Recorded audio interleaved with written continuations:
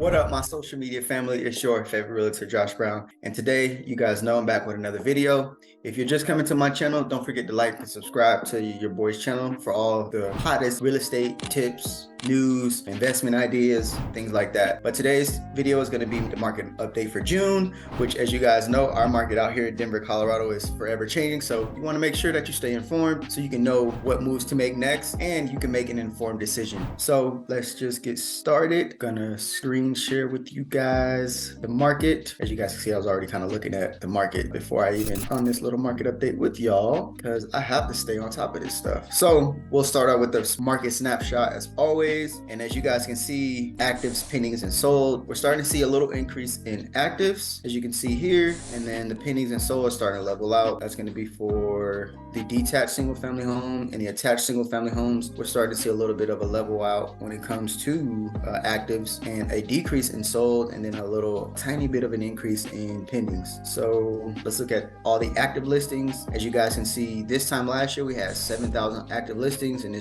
this year we have only 5,600. That's a big decrease compared to this time last year when, you know, things were a lot different. Interest rates were kind of low last June, so we would expect to see more active listings, but people are still holding on to those really low interest rates. So as we look at the detached single family homes, we're starting to see a bit of a rise there of active listings. You guys can look at the the 7 county difference there. Averages 10% increases in some counties, as low as -3 in certain counties. So definitely keep your eyes on the active listings. For the attached single family homes, starting to see a bit of a level off there. And now let's just go down to months of supply. As you guys know, if you guys look at my previous video from last month, the months of supply is rising.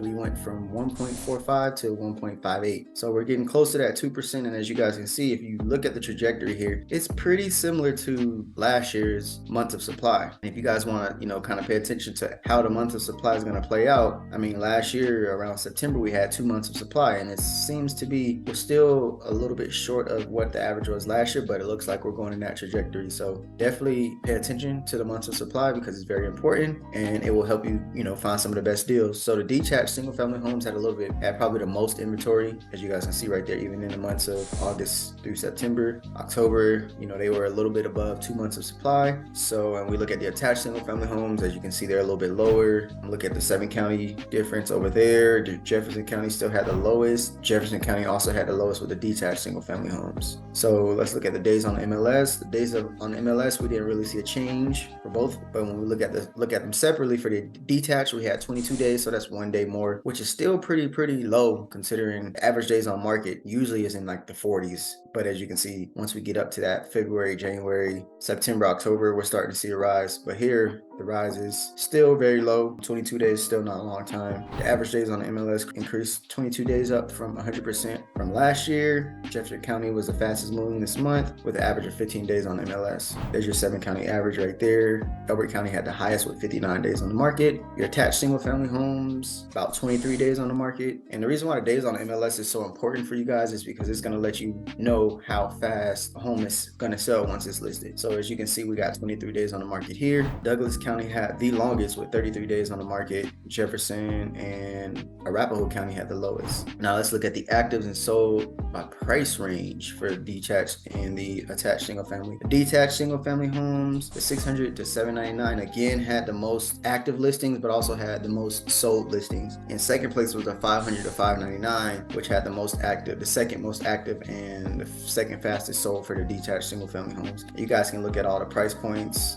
here, and it'll give you kind of that sold by price range over here too. And this is why, you know, when I'm coming to you guys, I'm bringing you guys the detailed market update. You know, most people will show you bits and pieces of the market update, but you need to see how the market is reacting as a whole so that you can be informed and make those educated decisions when it comes to purchasing or selling your home. And when we look at the attached single family homes, as you guys, there's a good amount of actives in all the different price ranges. So the 300 to 399 was the fastest moving. The 400 to 499 was the second fastest moving. Now let's look at the months of supply and the days on market. As you can see, pretty much 2 million to 3 million plus had the most months of supply and the average days on market. The lowest was the 1 to 199. So I mean, it's still pretty low when it comes to months of supply in all categories. in all price points. And you can see the average days on the MLS is pretty low too on all those different price points for the detached single family. And when we look at the attached single family, it's a little bit more on the average days on the market, but it's still around the same on the months of supply. We still have low supply, and we have, the average days on market, they increased a little bit. Now let's look at the sold analysis for the detached single family homes. So they're about neck and neck for sold units compared to last month, and they're definitely a bit low. They're a lot lower than this time last year. So we're still seeing a lot of sold units, even though interest rates are freaking crazy high right now. The market is still moving.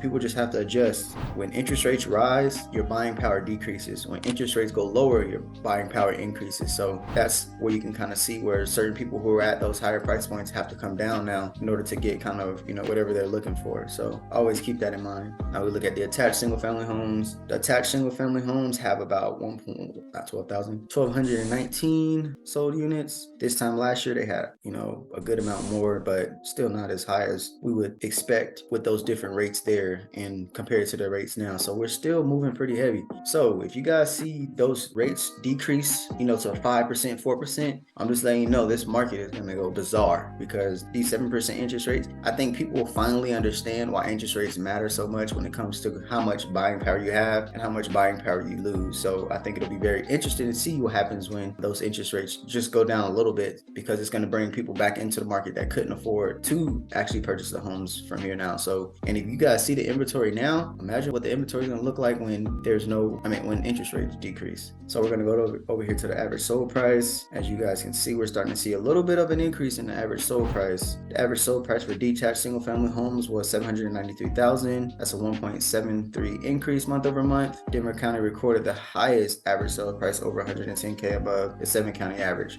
Homes sold for an average of $7,000 less than this time last year. So let's look at the attached single family homes. You can see the attached single family home seems to have that straight trajectory up, and they've just been having a little bit of decreases here and there, but as you can see, it's still on the rise. So, and it looks like it's trying to level out, but it's also trying to go up. So we're definitely going to pay attention to that. And you can kind of see the 7-county price points there. Now let's look at sold units year to date. So June, we're down for sold units compared to this time last year for both. And then for them separately, still the same.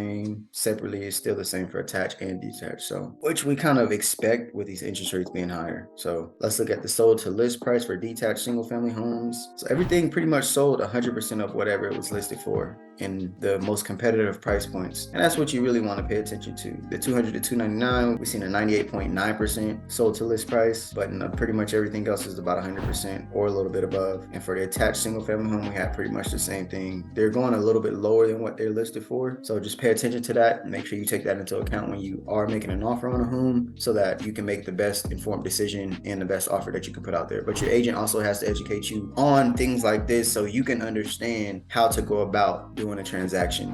It's not all about just throwing lowball offers. It's about having an educated offer so that your seller, the listing agent, understands how you're coming about it, and also you understand, because as one of the most expensive purchases in your lifetime, you want to make sure you do it the right way. It's going to be my market update for you guys for June. As you know, July is going to probably be coming out here shortly.